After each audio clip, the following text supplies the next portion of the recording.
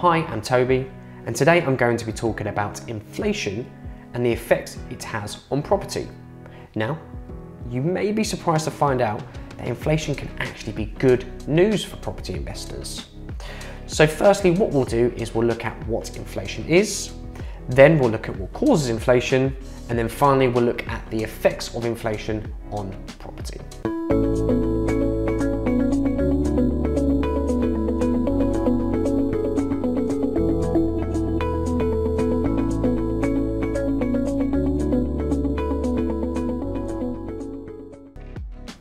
Firstly, let's take a look at what inflation is. So put simply, inflation is the increase in price of goods and services over time. So to give you an example, I'm going to use one of my favourite chocolate bars, which is a Freddo. If you don't know which one that is, it's the small chocolate bar with a green frog on the front. And if we rewind to the year 2000, you could buy a Freddo for 10p. It even had the price on the front of the packaging. Now fast forward to today, the year 2022, to buy that same chocolate bar, it is going to cost you 25p. Now the product is the same, it's pretty much made the same, so why the increase? Well, it's down to inflation. You can also have wage inflation, where wages rise over time. So if we look back 30 years, the UK average wage was considerably lower than it is today. And what some people don't know is the government actually likes inflation. Reason being, it eats away at their debt.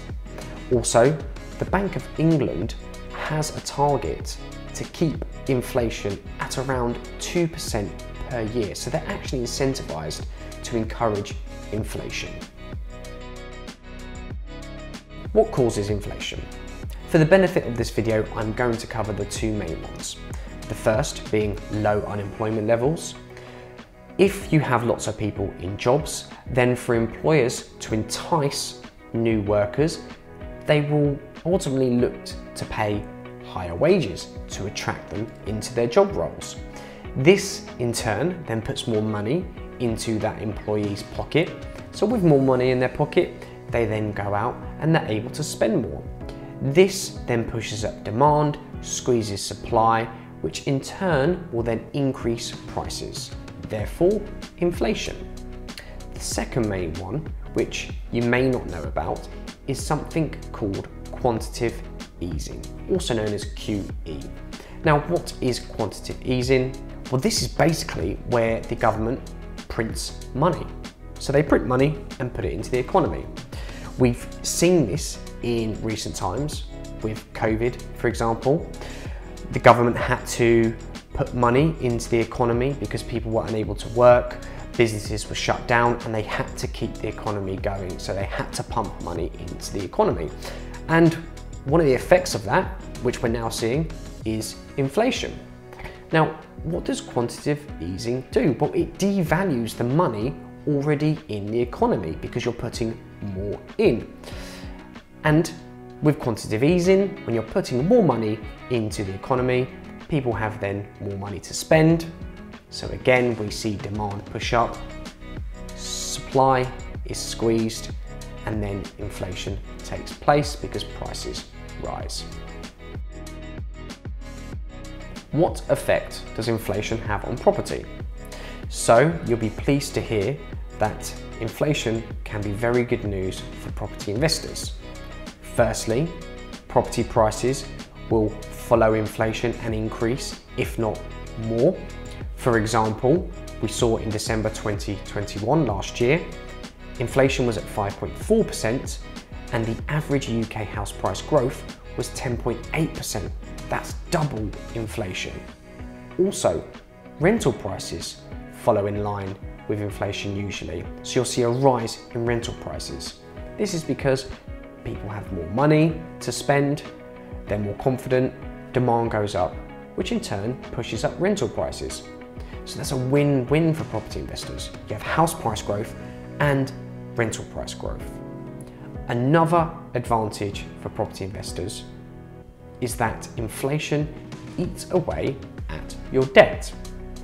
So I mentioned this earlier in this video that the government likes inflation because it eats away at their debt, and this is the same for property investors.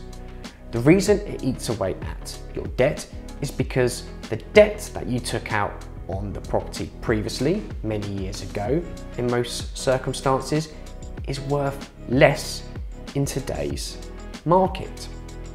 For example, if you bought a property 10 years ago for £100,000, you put £50,000 in of your own money and you took out a £50,000 interest-only mortgage.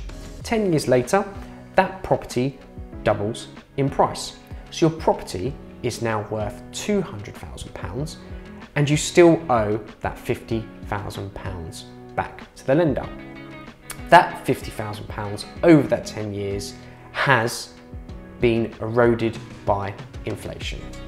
That is because that money is now worth less.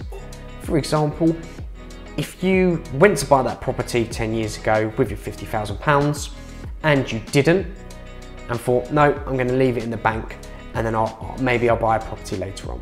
10 years later, you then go to buy that same property, but that same property is now worth £200,000.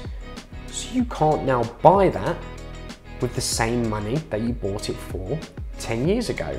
And that's because that £50,000 is worth less money. I hope that's been helpful.